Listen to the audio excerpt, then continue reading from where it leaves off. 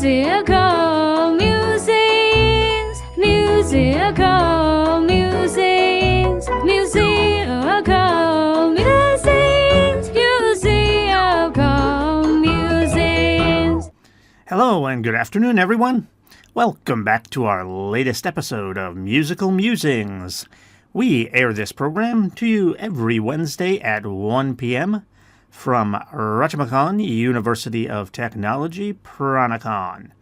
And I will be bringing this program to you in two parts. For the first part, I will introduce an artist and a song to you. And we will first discuss a little bit about the artist, give you a little bit of background on them. And then we will discuss the main themes of the song, the main ideas, what it's all about. Then we'll take a break, and we will listen to the song. And for the second half of our program, we will come back, and we will analyze the words to the song. So what we're going to pay attention to, since this is an English language program here in Thailand, we will focus on anything that's difficult to understand, any vocabulary words, or slang, or idioms. An idiom is a saying where it doesn't mean exactly what the words suggest it means. So anything like that may be difficult to understand. Then we will have the news and the latest updates from the university as always. Musical musings, musical musings, musical musings, musical musings. Welcome, everyone. My name is Gary Gray, and I am your host for the Musical Musings program.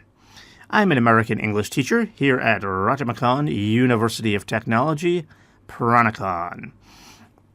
And I've been teaching here for about 8 years now, and we have been doing this program for about 2 years now. And, of course, I'm an English teacher. I do teach a little bit of science because I have a science background back in America. But I am mostly an English teacher here. And I do like to use music in the classroom sometimes for teaching. It helps. You get a lot of words that may be slang words, or you get a lot of sayings that we might use, which you wouldn't study if you were studying more formal classes like grammar and things like that. So this really helps you. So using music will really help your students with conversation and things like that, because they'll understand more just regular English that we use. So I like to focus on that. And so that's why I'm doing this program as well, where we focus on music. Okay. So for today, we are going to be doing the song 18 and Life by the band Skid Row. So over the last few months, we've mostly been doing bands called one-hit wonders. Those are bands that only have one big hit. I don't really like that saying, a one-hit wonder. It sounds bad. It sounds like you were only good enough to have one hit. It's actually meant to be a compliment because most bands will have no hits. It's hard to get popular. So, pretty amazing, even just to get one hit. So it's meant to be a compliment, but it doesn't sound very good. So I don't really like that term, but that's what we say. We call it a one-hit wonder. Last week we did kind of break out of that a little bit. We did Def Leppard, which is more of a big named rock band. And today we're kind of halfway in between. Most people who like rock music, which is what the band Skid Row, today's band, is known for. Most people that like rock music would never call Skid Row a one-hit wonder. They had 2 big hits and a lot of kind of smaller hits. But really, as far as how many songs really became popular and really broke through, it really is only 2 that they had. So, still not really a one-hit wonder, I guess, because they had 2 songs, but they're close. They're close. And again, it depends on your perspective. Someone that's really into music, someone that likes rock music. It's my favorite style of music. I'm quite into music, so for me, no, I don't really think of them as a one-hit wonder. I've known about Skid Row since I was a kid. That's the time I was growing up, is when they came out with this song. Yeah, well, I was probably an adult. I was actually an adult by then, but barely. I was almost a kid. In fact, 18 refers to the age of the person in the song. We're doing 18 in Life, again, by Skid Row. 18 refers to the age of the person. And when this song came out, I turned 18, so I kind of really liked this song. It was, even though, as you'll see when we get to the topic, it's a kind of sad song. But I still kind of liked the song because it was about 18. Okay, so first of all, a little bit about Skid Row, the band. So they were formed in 1986 in New Jersey. Now, that is a long time ago. What is that, about 39 years ago? But here on this show, I do like to do older bands. A couple reasons for that. First of all, I just personally prefer them. But second of all, if we were doing more modern bands or more modern artists, it may be songs you have possibly heard. And I really want to introduce you to new songs so that we have new lyrics, new words, new slang, new sayings that we're going to go over. So I prefer to stick to older music. So this is actually one of the more recent bands we've done. We've done some that are more recent. We've done some from the 1990s, even some from the 2000s. So we've definitely done some that are more recent. But a lot of our bands that we do are from the 70s and early 80s. These guys didn't form until the mid-80s. And then their first album didn't come out until 1989. A lot of these bands that we do, their first album comes out almost right away, within the first year. I don't know the full background of why it took them so long. I'm thinking it's because of the area of the country in which they were performing. This area around New York, New Jersey, that area, and again, they're from New Jersey, is really big into small-scale live music performances. So you can actually make a living and make a name for yourself just doing that. We've had some singers who have actually gotten known for that without even putting out an album to get it spread across the whole country. It's a big enough market. In other words, there's enough people there in New York City, and it's very urban, cosmopolitan, which means like flashy lifestyle. Like if you're from Bangkok, think of maybe an area like Sukhumvit or Siloam with lots of tourists, lots of bars, lots of nightclubs, lots of things to do. So bands can just make a living doing live performances. My guess is that's why it took them so long to put out an album, because they were doing just fine performing around the area. That's my guess. Again, I have not sure about their entire background early in their career, but that's my guess given where they're from. So again, they're from New Jersey. For those of you that do not know the geography of America, you've probably heard of New Jersey, so you know it's in America. But New Jersey is right near New York. And in fact, if you're in northeastern New Jersey, a lot of those people actually work in New York City. That's how close it is. It's right there, right on the border.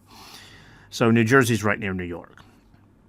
So again, they didn't come out with their first album until 1989. And the name of the album, they just named it after the band. It's called Skid Row. A lot of bands do that, especially with their earliest albums. I've mentioned on this program before, one of my favorite bands of all times is Styx. Their very first album was called Styx. Their second album was called Styx 2. A lot of bands do that. So their first album was Skid Row. Now, they've really only had two big albums. Their second one was 1991's Slave to the Grind. They did come out with a third one. I don't have it written in my notes. It was either 1995 or 1996. And it's a strange album because, the people that are like the professionals that analyze the music and everything, they thought it was a great album. But for some reason, the average people just didn't like it that much. It didn't do that well. And that may have helped cause some of the friction in the band, because they then broke up. Now, I'm not sure that caused it, because it just says in the research I've done, it just says they had artistic differences, which means they wanted to do different styles of music, different types of music, whatever. They had a difference of opinion, and I guess it sounded like it was pretty acrimonious. That word means like if you're angry at someone, that was pretty angry. So it was pretty acrimonious. In other words, it wasn't like sometimes you disagree with someone. It's okay. You can just work around it. Not in this case. Not in this case. They were upset at each other enough so that they ended up breaking up. So the band broke up in 1996. They did reform in 1999, and they are still performing today. So they've been around a long time. They've been around about 39 years. I say about because do you subtract those 2 or 3 years that they weren't? I don't know. So 35 to 40 years, whatever. They've been around. And when they reformed, they did get 2 new members. However, when the band originally formed in 1986, there were 2 people. It's a 4-man member, so there were 2 people that originally formed the band. Those are the 2 people that are still with the band. So I've occasionally talked about on this show how sometimes a band loses like almost all of its members over the course of years and years and years and years and years. How can you even still call it that band? How can you still call it the same band? In this case, they've got the 2 main people that formed the band. They're still there. So this really is still Skid Row to this day. It really is truly the same band. Now, their original members are,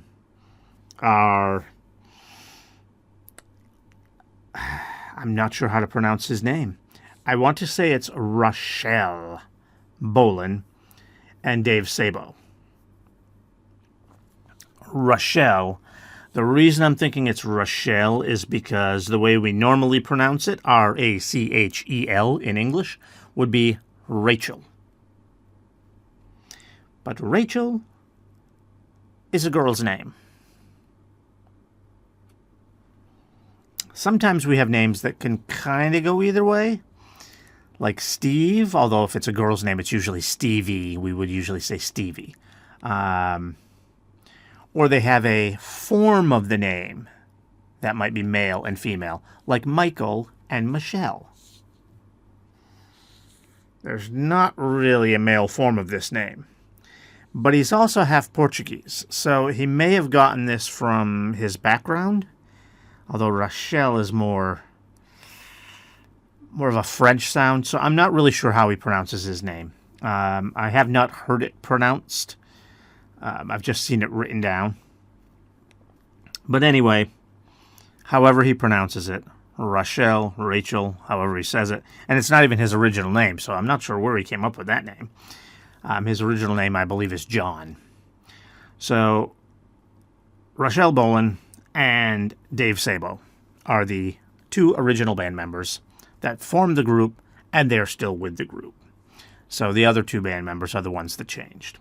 So again, it's legitimately still Skid Row. I would say that's legitimately who they still are. Okay, so let's discuss the song a little bit. Again, we're doing 18 and Life. So this is, I told you they only had like 2 big hits. This is one of them. And it came out in 1989, which again was their first album entitled Skid Row. And it reached number 4 in the US. And we have many times on this show talked about how it's kind of strange that a lot of these artists have one of their best hits ever on their very first album. Now, lately we've seen that a little less with some of the groups we've done. Well, we've been doing a lot of one-hit wonders, so they only had one. But we have seen it a little less over the last few months of our programs. But again, as I mentioned in the introduction, we've been doing this program for 2 years now. We've seen this a lot. And I've often kind of wondered why it is. You'd think you get more experience, you get better. Your biggest hits are going to come kind of maybe in the middle of your career. Later, maybe you get tired of it, you get bored. Maybe you don't come up with as much. So maybe somewhere around the middle of your career. But we see this a lot. First one. And my theory, my guess, is that it's because once you get that hit, the record producers really want you to put out more and more and more music. So you get a lot of pressure to produce more music. And that would probably reduce the creativity. And so your songs are maybe not quite as good. And so that's why a lot of these bands have some of their best songs on their very first album. That's just my guess. I don't know why it is. In fact, I didn't even recognize that trend until I started doing this program. And a lot of these bands, their best hit was on their first album, sometimes second album, but it's usually early in their careers. And here again, 18 in Life, first album in 1989. And again, it reached number 4 in the U.S. It's pretty high up, pretty good, especially in that time frame. The 1980s were kind of a big time for music. We were starting to get out of the 80s, but it was still pretty big for music. It was just starting to transition a little more into more like pop music, where you had Michael Jackson, of course, although he was popular before then, but he was still really popular then. You had Whitney Houston really popular around that time. So you started getting more pop music. So getting to number 4 with a rock band in 89 is pretty impressive. That's a pretty popular song. It's hard to get that high at all in the 1980s because there was so much good music. Now in the later 80s, because I'm not as much of a pop fan, I didn't think the music was as good. But let's face it, those pop artists, like a couple of the ones I just mentioned, were really popular. So there's still a lot of really big music coming out. So it's hard to get up to number 4. So that's pretty impressive. So yeah, got to number 4 on the charts. And what is the song about? Well, as I mentioned a lot earlier, it's a pretty sad song. It's actually about someone killing someone else. And I mentioned 18 refers to the age. So this is a teenager who's only 18 years old, and he kills another teenager. Now, I should tell you that originally that's not really what the song was about. It kind of evolved over time.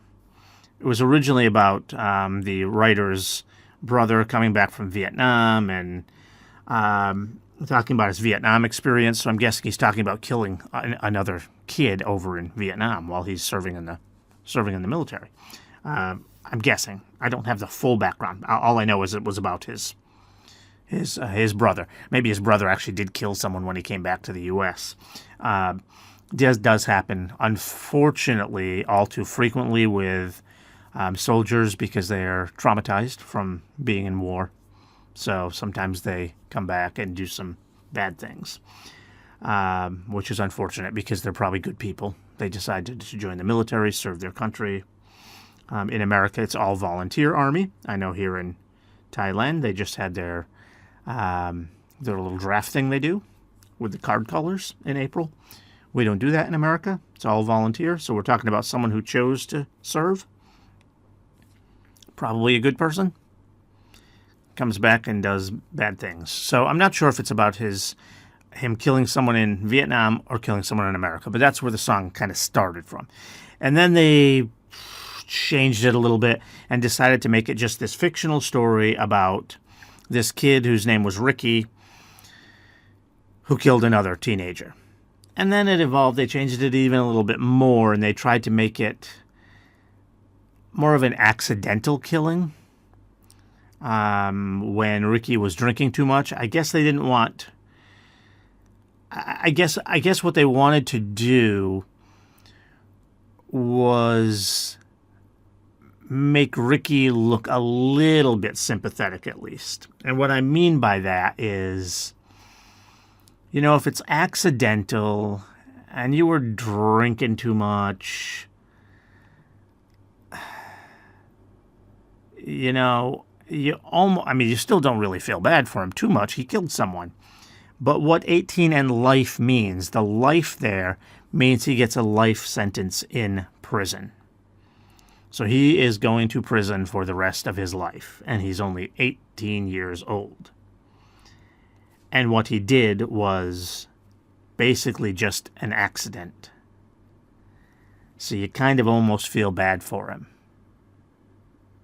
He was drunk, he was playing with a gun, the gun went off, killed someone, and now he's in prison for the rest of his life.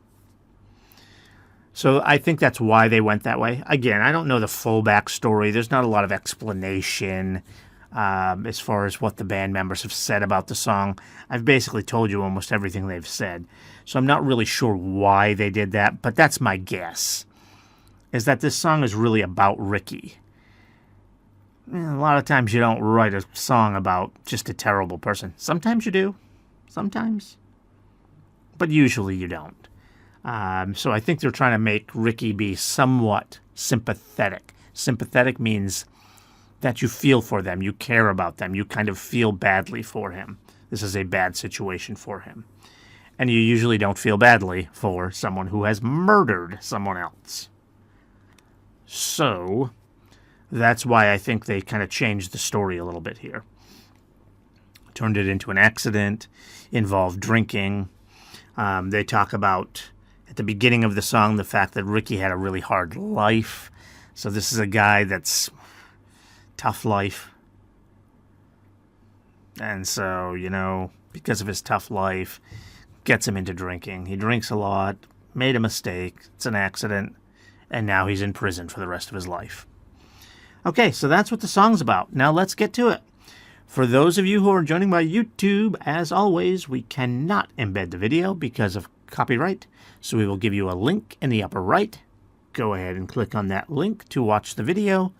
When it is done, you can just click back over here to come back to the second part of our program. For those of you who are listening by streaming or on radio, that's just audio, we can play that. So we will have that embedded here, and you should be able to listen to that just fine. All right, let's get to the song. Musical musings, musical musings, musical musings, musical musings. Welcome back. All right, so that's 18 and Life by Skid Row. And it's about an 18-year-old boy, young man. 18 is technically an adult in America. So I guess it's a man, but it's still a teenager, so whatever. It's about an 18-year-old teenager murdering another teenager. Okay, so let's get to the words to the song. Let's get to the lyrics. Lyrics are the words to the song. And again, as I mentioned, first of all, 18 in life. 18 is his age. Life means that he has to serve a prison sentence for his whole life. He's going to prison for the rest of his life, and he's only 18 years old. 18 in life. Okay, so we start out. Ricky was a young boy. He had a heart of stone, lived 9 to 5, and he worked his fingers to the bone. Okay, so this is why I selected this song. We have a lot of idioms and sayings in this song, which are things that you may not understand. So Ricky was a young boy. Okay, he had a heart of stone. What does that mean? A heart of stone means that you don't have many feelings. You don't have much of a heart. You're probably not very friendly, not very nice. As they will sort of explain here, it's not entirely his fault. It's his background, his life. He has a tough life. So he's got a heart of stone, means he doesn't really have much feelings. He's probably not a nice guy. Live 9 to 5. When we say live 9 to 5, in America, that's kind of your normal work day. And that usually applies to like a blue-collar job. And What we mean by blue collar is like a job that requires a lot of labor. Not all blue collar jobs are 9 to 5. I mean, if you're a farmer, you're probably going out really early in the morning and starting your work. And then you maybe take a big long break in the afternoon because it's too hot. And then maybe you go back out and do a little bit more in the evening. So not everyone's 9 to 5. But if you think of someone working in a factory or something like that, that's a 9 to 5 job. White collar workers, a lot of them are still 9 to 5, but those are more adjustable depending on the type of work you're doing. Like I had a white collar job in finance back in America, and my day started really early, and so I got out early. Mine was more like 5 or 6 until about 3. As a teacher here, I usually have to get in before 9, but I also usually get out a little earlier, so maybe it's 8 to 4, something like that, roughly. Changes a little bit, but something like that. So 9 to 5. You talk about it when we talk about a 9 to 5 job in America, we're talking about kind of hardworking job. That's why it says that. So lived 9 to 5 and he worked his fingers to the bone. Working your fingers to the bone. If you think about your fingers, you work them to the bone. It means you're wearing like all of your skin off. I mean, it's gross. It doesn't mean that literally, of course. Nobody works their fingers to the bone. It just means you work a lot. So it goes along with that 9 to 5. So it means that he's working really hard. So this is a tough guy. This is a tough guy, right? Hard as stone, works hard, but he does work hard. Okay, we continue. Just barely out of school, came from the edge of town, fought like a switchblade, so no one could take him down. Okay, so he's just barely out of school. Makes sense. 18, that's about when you graduate from high school. Myself, I was 17 when I graduated, but that's only because I started a little bit early, just because of the date of my birth. I started a little early, so I graduated at 17 and turned 18 when I entered university. But most people graduate around 18. So, 18, just barely out of school. Yep. Came from the edge of town. That's kind of an idea in America where maybe that's where the poorer people live. It's a little cheaper to live out on the edge of town. You know, it's just like if you think of cities, like you think of Bangkok, which is where we're broadcasting from here. If you want to live in Sukhumvit, Siloam, Saturn, you're going to pay a lot more than if you live in Pinkau. I live in Pinkau. It's still not cheap, I don't think. But it's a lot cheaper than living in Siloam, Saturn, Sukhumvit. So out on the edge of town. So it usually is thought of as being bad. Because in America, poor people also tend to be the ones who commit more crimes. And really, it's just because they're desperate. It's not because poor people are bad people. I mean, some of them are, sure. There's rich people that are bad people. There's bad and good people of all different classes. But because they tend to be a little more desperate, they do more crime. Poor people tend to do more crimes, especially in America. Okay, so just barely out of school, came from the edge of town. So the edge of town is thought of as being bad. Poorer people, more crime. Okay, fought like a switchblade. A switchblade is a pocket knife where you press a button and the blade is not automatically showing. You press a button and whoosh, the blade flips out. That's a switchblade.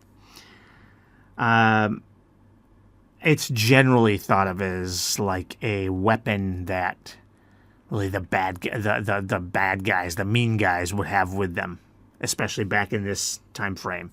Not anymore. A lot of schools and things like that have metal detectors because, unfortunately, in America, there's too much violence, as you guys probably know. So now you couldn't even get into a school like if you had a switchblade on you. So not as many people carry them now. But back then, in the 1980s, it was pretty, I don't know if I'd say it was common, but it wasn't uncommon for like the bad guys, the tough guys, to have a switchblade on him. So that's the tough guy's weapon. So it said he fought like a switchblade. It didn't say he had a switchblade. He said he fought like a switchblade. So it means he's a tough guy. Tough guy. So no one could take him down. To take someone down means if physically it would mean to beat them up. It could mean something not physical, but in this case, since he was saying he fought like a switchblade, it probably is physical. So it's basically saying that he's not going to lose a fight because he's a tough guy. So no one could take him down. So he's not going to lose. All right, so we continue on now. He had no money, no good at home. Okay, so he didn't have much money, even though he's working hard. A lot of these type of jobs don't pay very much. And no good at home. So this is what I talk about. They're trying to make you have some sympathy for him. He's just out of school, has no money. Means he's probably still living at home with his parents, which means his parents probably are not very good. They're bad parents. Maybe the father beats him or whatever. Who knows? We don't know. Or used to beat him. Probably doesn't beat him anymore because he's such a tough guy. He'll beat up his own father at this point. But maybe his father used to beat him. Who knows? We don't know. We just know it's no good at home. So his home life is bad. Okay, walked the streets a soldier, and he fought the world alone. So obviously he wasn't a soldier walking the streets. I mean, I mentioned to you before, we discussed earlier, that the song was originally about a soldier. But it's not anymore. That's not what we're talking about. It just means he's like a military person. Again, tough. He's always watching out for something bad to happen to him. And he's ready to fight the world alone. He's like he's taking on the whole world. Like everyone's against him. He's on his own. Okay, then we get to the chorus. 18 in life, you got it. In other words, he got it. In other words, that was his sentence. He was sentenced to life. So the song hasn't even really talked about the murder yet. It will in the next verse. But the chorus is all about the result. So we're already talking about his punishment, even though we haven't talked about the murder yet. So, okay, 18 in life, you got it. 18 in life, you know. Your crime is time, and it's 18 in life to go. Okay, there's not many lines in this song that are difficult to understand. This one is a little difficult. Your crime is time.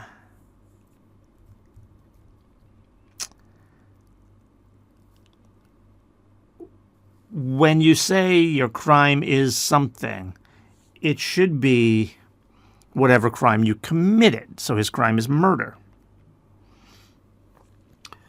What they may mean here is that crime equals time. In other words, he did the crime. Now he's going to have to do the time. That's a saying we have in the West.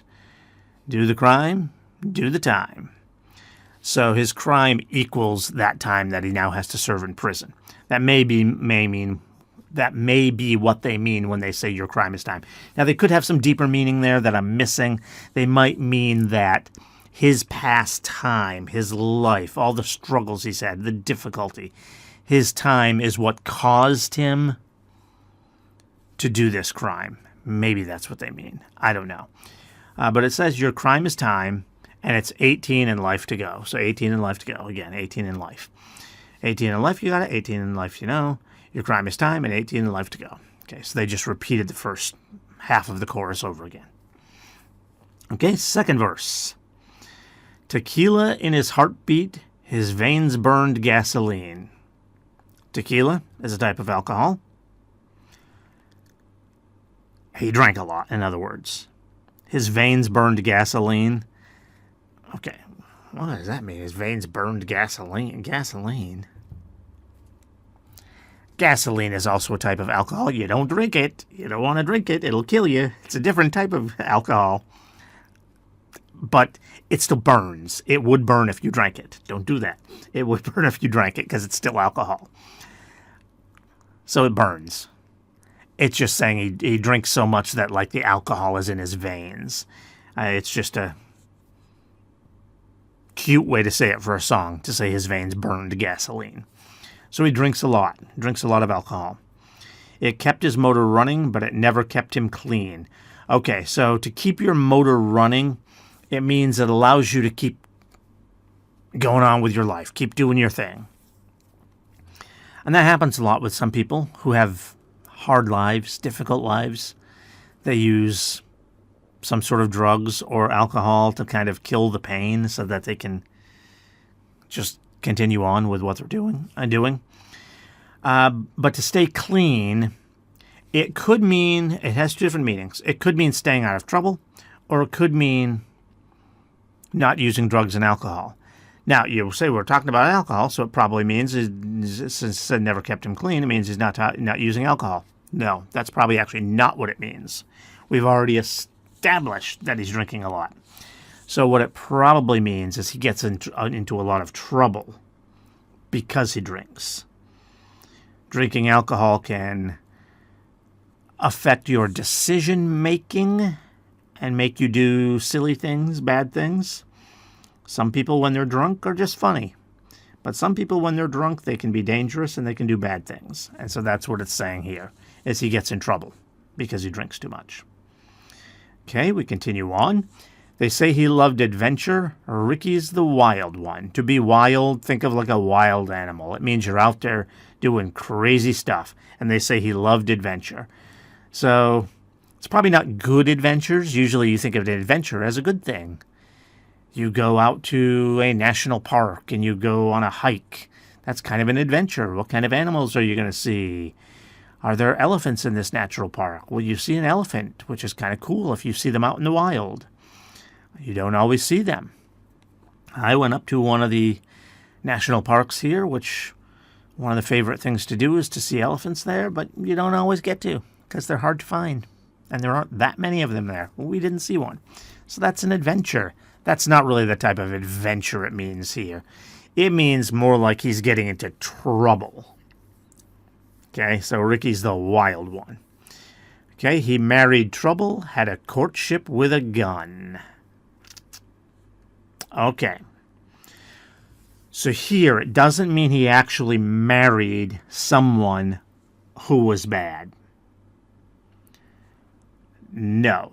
When it says he had a courtship with a gun, having a courtship with someone means kind of like you've fallen in love with them and you're trying to win them over and you're going on dates with them and things like that. So he got really obsessed with a gun or guns. And there are a lot of weird people in America that are like that get obsessed with guns. So he really loved guns, or at least one single gun. He said with a gun, the song says, so it might just be one gun. But he was really obsessed with his gun. And that's what it means by when it says he married trouble. In other words, he's gotten involved with this gun. He likes playing with it. And as you'll see with the next couple of lines, this is where the trouble comes. Bang, bang, shoot 'em up. The party never ends. Okay, so he's playing with his gun, probably at a party. Although sometimes when we say the party never ends, it just means you're always having fun. It might actually mean a party, since he's with his friend, or he's with another person. So he's shooting his gun around, having fun. You can't think of dying when the bottle's your best friend. Now, I don't think we're talking about himself dying.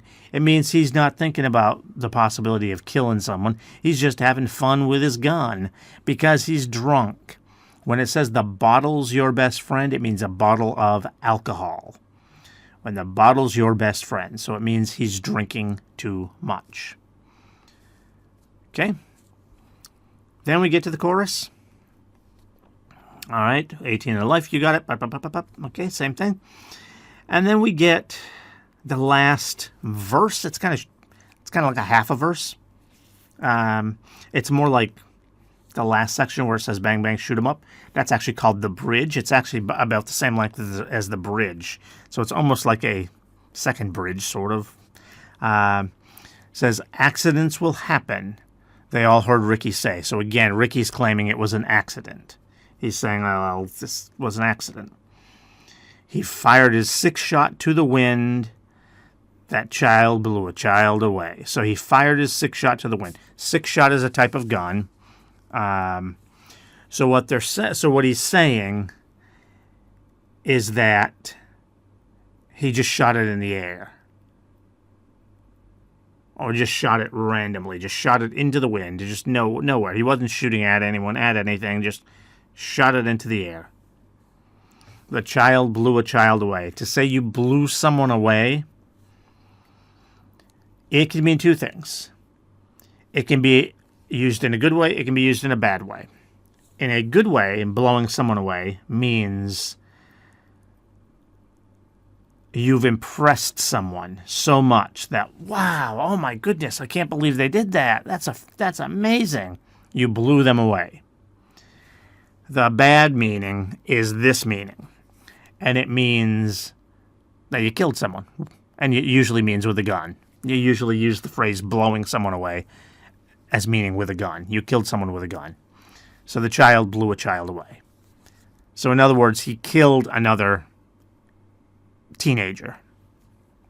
So this guy's barely out of being a kid. In fact, they actually do call him a child here because he's 18. So that child blew a child away. So whoever he killed was also another teenager. Okay, then we have the chorus, and that's it.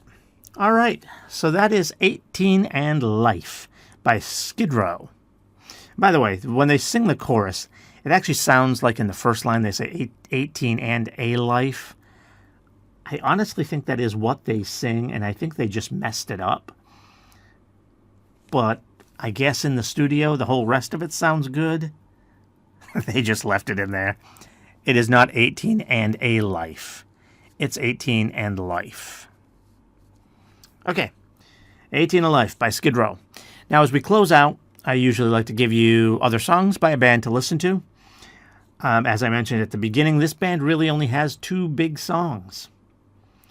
So it's 18 and Life, and then the other song is I Remember You. So if you like this song, go listen to I Remember You. It is a softer song, so you'll hear kind of more of a power ballad kind of version of Skid Row if you listen to I Remember You. I will tell you, though, as I mentioned earlier in our program, they do have a lot of kind of second-tier popular songs. Made the charts, just really low on the charts or something like that. So if you do like this type of music, it is worth listening to more of their music. It's not like these are their only 2 hits, I Remember You and 18 and Life. These are really their only 2 huge hits. That's why they've been around so long. 1986, they're still performing. They did break up for 2 to 3 years, but they're still around today. That's why. They have a lot of good songs. So go ahead and just like Google or just in YouTube if you're online. Just search Skid Row and music. And you'll find their music. By the way, I should tell you what Skid Row means because you may find other things when you Google that or when you look it up on YouTube. Skid Row means like a bad part of town. Like if you say you're on Skid Row, it means you're poor, you're maybe homeless, or if you're not homeless, you're probably living in a bad apartment in a dangerous area. It's not good. If you're on Skid Row, you're not doing good. You're not doing well. So that's what the band name means. So this song is kind of fitting for a band named Skid Row.